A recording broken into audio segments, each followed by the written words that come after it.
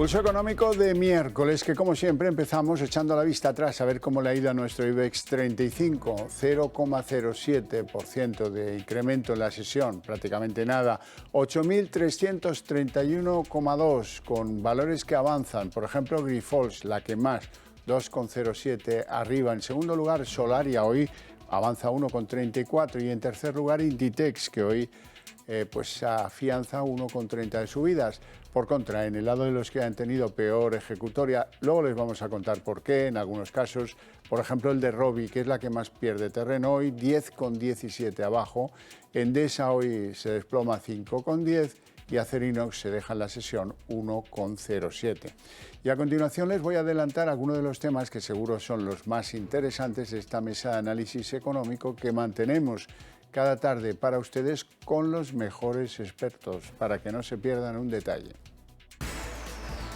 Bien, pues en nuestra mesa hablaremos de varias cosas, por ejemplo, de las novedades del Fondo Monetario Internacional o de Luis de Guindos, ahí le ven en imagen, que ha pedido prudencia a los gobiernos y que pone como ejemplo del error del Reino Unido, pues para que otros no cometan la misma pifia. Hoy el Banco Central Europeo, el Fondo Monetario Internacional ha lanzado una advertencia bastante seria al Gobierno de España. Tengan cuidado ustedes con esto del impuesto temporal a los bancos y a las eléctricas, porque por ese camino van muy mal, por ese camino no deben seguir. Por cierto que las previsiones del Fondo Monetario para la economía española del año que viene son de un crecimiento del 1,2%, muy poquita cosa. Bueno, y en segundo lugar, hoy quiero destacar lo que ha pasado con Endesa. Parece que el nuevo plan estratégico de la eléctrica, en manos de los italianos de Enel, no convence y ha caído pues, en algunos momentos incluso más del 6%, al final al cierre 5,10 de caída. Y eso que prometen 5.400 millones de dividendos hasta el 2025. En fin, iremos viendo. Vamos con nuestros invitados en el día de hoy. Don Antonio Banda, CEO de Phil Capital, muy buenas tardes. Hola, buenas tardes. Bienvenido. Sí, al final solamente nos alegra España, ya está. Sí, España en el fútbol. Eso es. España en lo otro está... No hablamos de otra cosa.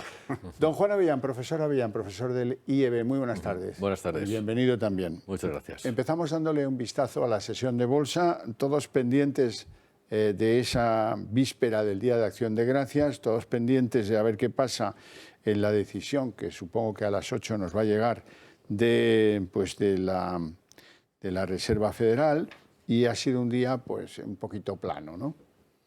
Bueno, sí, esta semana en general está siendo una semana sin volumen y ya prácticamente hasta el lunes los mercados no van a volver, ¿no? Mañana jueves Estados Unidos tiene media fiesta y el viernes con Black Friday pues está todo como de vacaciones, 4 días que a ver si sirven un poco para coger un poco más de fuerza, ¿no? La verdad es que las bolsas en octubre y en lo que ya en noviembre han recuperado bastante. No lo que llevamos en el año, pero sí estamos viendo otro ambiente que yo creo que se refleja en todo, ¿no? En todo lo que se relaciona con los mercados, ¿no? O sea, la caída de los tipos de largo plazo, la reducción de ese tipo y la subida de las bolsas, pues va unida con un poco más de alegría, porque parecía que si no, este año iba a ser un año de los peores. Y parece que por lo menos lo sostenemos. Sí, estamos en un movimiento plano, como bien dices, la semana está prácticamente plana, hemos tenido PMIs que bueno, han dado también por debajo de 50, siguen estando en torno a 45, 46, tanto en Estados Unidos como en Europa, pendientes de poder leer bien las actas de la FED, pero yo creo que reflejarán exactamente lo mismo, esa indecisión que hay, y estamos pendientes de saber qué es lo que dicen. A ver. Bueno, vamos a hablar del Fondo Monetario Internacional y de Luis de Guindos. Si quieren empezamos por Guindos, porque hoy advertía de trimestres con crecimiento negativo el vicepresidente del Banco Central Europeo. Tras un fuerte crecimiento en el segundo trimestre de este año en la zona euro, el tercer trimestre ya ha mostrado una importante desaceleración. E incluso si uno mira lo que son las proyecciones de la Comisión Europea, incluso las proyecciones que ayer hizo públicas la OCDE, es muy posible que en el cuarto trimestre y en el primer trimestre del año que viene tengamos tasas de crecimiento negativas. Bueno, ahí lo deja el bueno de Luis de Guindos. Por cierto, el banco pues no se sabe lo que hará, pero está dubitativo, el Banco Central Europeo. Los que no tienen mucha duda son los del Fondo Monetario Internacional, pronostican que la economía española el año que viene vaya a crecer un 1,2% y le dicen al gobierno español, tengan cuidado con esto de los impuestos llamados temporales sobre la electricidad, o sobre las eléctricas y sobre la banca. Sí. Profesora Avellán. Pero es que no solamente eso, sino que además, precisamente hoy, tanto Goldman Sachs como Deutsche Bank han dado previsiones todavía más bajas, del 0,8 y del 0,6%, con lo cual pues seguimos con un 2,1 por parte del Gobierno, que no se bajan de ese 2,1. Al fin y al cabo, acaban de presentar presupuestos y no se iban a bajar o no iban a volver a hacer los deberes, con lo cual pues la situación es complicada, está complicada. Bueno, ese es un país tan raro que están en pleno debate de presupuestos y de lo que se habla es de la Guardia Civil y de las entregas caprichosas de Sánchez a sus aliados en este viaje siniestro del gobierno que preside. Antonio Banda. Sí, hemos visto que llevamos pues todo este mes que las instituciones internacionales han revisado a la baja, no solamente España particularmente, porque nosotros también veníamos con una idea mucho más feliz de lo que iba a ser o lo que puede ser el crecimiento para el año que viene. Nos han puesto en línea de lo que puede ser de verdad, que va a ser bastante sufrimiento, y de luego el vicepresidente del BCE, si insiste sobre todo en la capacidad o la posible existencia de 2 trimestres seguidos con crecimientos negativos, indica que eso es que vamos a entrar en recesión. No puede ser España, pero sí es Europa en general, y además esas caídas las lidera Inglaterra, que sí que todo el mundo tiene muchísimo miedo a los datos económicos de Inglaterra porque están descontrolados, ya lo estaban, y ahora con la nueva política del gobierno inglés parece que eso va a sufrir mucho más, ¿no? Con la idea de que en lugar de bajar impuestos que tenía el anterior primer ministro, ahora este primer ministro nos presenta una subida, va a implicar que todos los datos que tenía previsto Inglaterra pues va a tener que cambiarlos, ¿no? Y eso nos pone en un entorno muy, muy sufrido, que si realmente no empezamos a hacer algo, no digo solamente España, Europa también en general, nos vamos a encontrar que los datos del primer y segundo trimestre del año que viene van a ser muy complicados para toda la eurozona. Sí, pero además, sobre todo, algo que tampoco se comenta mucho es el desastre que ha tenido Inglaterra. Ha sido principalmente, ya no solamente por una subida de impuestos, sino por una contención del gasto, es decir, por ese déficit que aquí lo tenemos totalmente desbocado, no tenemos ninguna intención de cambio del déficit y no hay ninguna posibilidad de sostener el gasto, y nos podemos encontrar en una situación dentro de unos meses pues bastante nefasta, sobre todo por eso que estamos viendo, que las previsiones son del 1, del 0,8, del 1 y pico, cuando el Gobierno mantiene un 2,1, unos presupuestos que son aceptados en Europa, pero a ver qué ocurre cuando esto no empieza a cumplirse y cuando Europa diga, señores, si ustedes quieren que sigamos, porque ya están avisando que quieren reducir balance, de Guindos ya está avisando también que quieren reducir balance, cuando esto se ponga un poco más duro, a ver qué es lo que nos van a hacer y cómo nos van a meter en vereda pues este déficit, que es lo importante. Bueno, ¿qué esperan ustedes de las actas de la FED, esta reunión de hoy?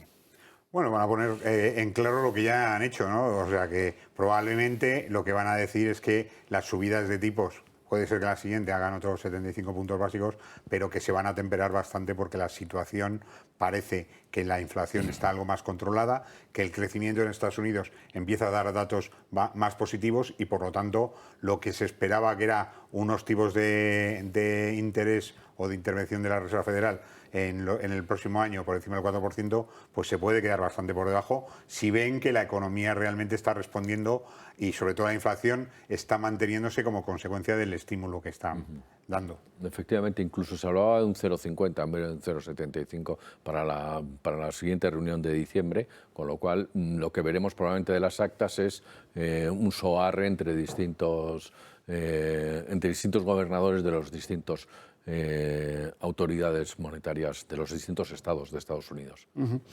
Bueno, yo no le recomendaría a este gobierno, después de que le dieran pues el tope del gas, la excepción ibérica o como le quieran llamar, que se pusiera bravo con las autoridades europeas, sobre todo ahora que están negociando un tope para el gas, un tope bastante alto, un tope que a algunos les parece, como es el caso de Teresa Rivera, una tomadura de pelo. La apoya el presidente Sánchez. También dice en fin, que Europa se está equivocando y que quieren que España lidere una especie de oposición a este tope del gas elevado por si acaso los precios superan pues unos importes que ahora mismo parecen bastante alejados.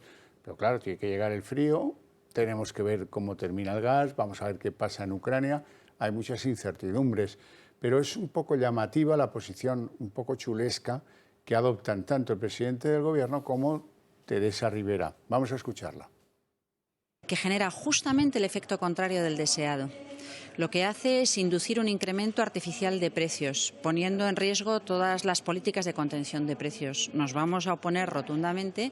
Ha sido objeto de críticas en toda la prensa europea y todos los actores europeos con razón. Sabemos además que hay Estados miembros que manifiestan su preocupación con cierta indignación. Creo que pone de manifiesto hasta qué punto la Comisión no se ha tomado en serio este ejercicio. ¿Qué opinan? Pues yo creo que está mezclando cosas, no sé si con intención o no intención, pero yo creo que la base por la que Europa ha marcado este 275 euros ha sido... A partir del cual se activa el tope de precio al gas. Efectivamente, ha sido pensando en lo que hemos pasado en agosto, que es cuando se han rellenado todos los almacenes, depósitos de gas. Y se está pensando precisamente en que cuando hay que volver a rellenar estos depósitos, tener un tope, tener ese tope. A partir de ahí empezamos a negociar, pero eso es lo que ha querido, ese yo creo que es el mensaje que ha querido mandar Europa, no ha dicho, no lo que está hablando la ministra.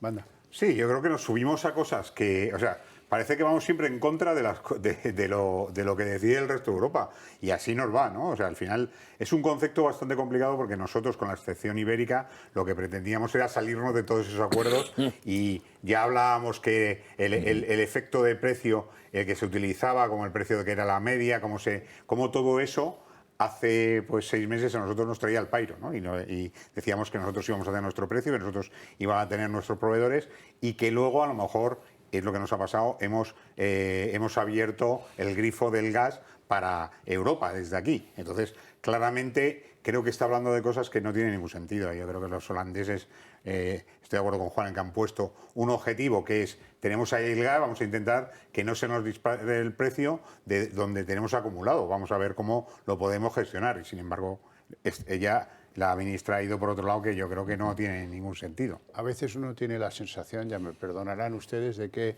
Sánchez elige a sus ministras en un casting. Hacen un casting y las va eligiendo, porque hay que ver cómo van luciéndose una tras otra.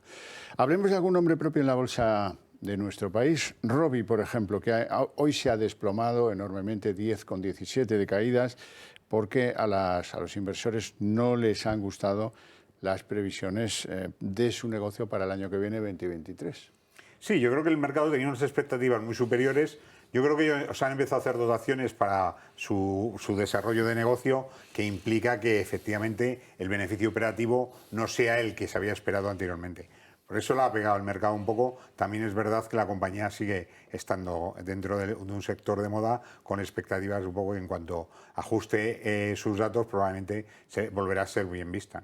Esto seguramente depende de que no hay mucho COVID y por lo tanto no hay mucha expectativa sobre las vacunas. Sí, además ha habido comentarios sobre la efectividad de la vacuna de Moderna, etcétera, etcétera. Se le ha juntado pues ese final quizás del COVID, pero lo que dices, está en un sector y con una pujanza que estará para adelante. Seguramente estará buscando otros laboratorios a los que apoyar, a los que dar servicio de fabricación, porque, vamos, Robi no tendría que estar ahí con esas caídas, independientemente de lo que pueda estar ocurriendo con Moderna.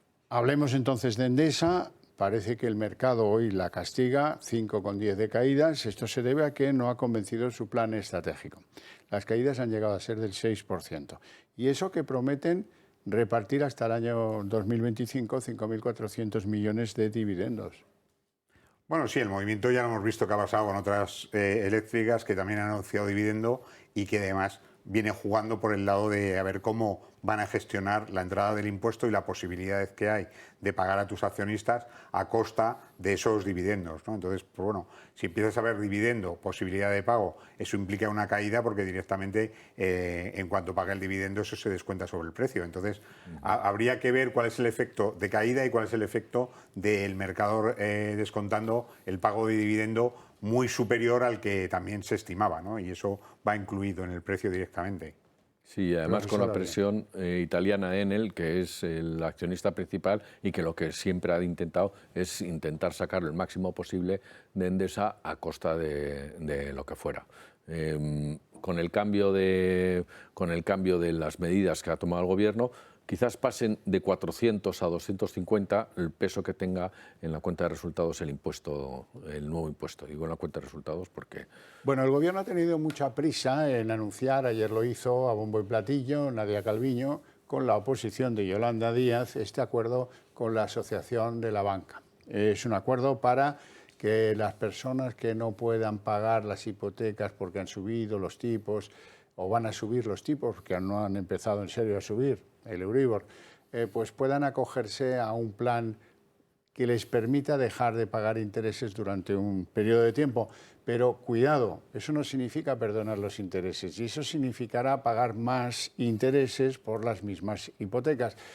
Vamos a ver un ejemplo. Si tomamos el precio de la hipoteca media, que es el que es, 146.400 euros, el plazo medio, que es el que es, 25 años, eso nos da que las personas que tomen hipotecas medias a plazos medios están pagando 624 euros por mes. Y eso determina que si se adhieren al plan de moratoria por 7 años, terminarían pagando pues unos 12.500 euros más por intereses de lo que pagarían sin acogerse a la moratoria. Si se acogen por 5 años, pues 10.000 euros más de intereses es lo que les costaría estar 5 años sin abonarlos al banco que les tiene hecho el préstamo hipotecario. Bueno, esto es cierta pedagogía, porque alguno pensará, qué interesante, me voy a acoger a esto y dejo de pagar unos años. No, porque luego te va a venir el recargo en materia de intereses. El banco no va a tener 5 años el dinero sin que le rente, le va a rentar al banco que la gente se acoja a este plan, cosa que hay que saber para orientar las finanzas familiares de todos ustedes. Sí, el banco siempre cobra por el periodo que he prestado el dinero y al tipo de interés al que está. Es decir, no es que juegue con los intereses, que piensa mucha gente que distribuye los intereses según el interés, si uno quiere al banco. No, en absoluto. Un banco cobra por un mes los intereses, esté en periodo de carencia o como fuera, cobra por un mes según el tipo de interés que se establezca, es lo que le va a cobrar.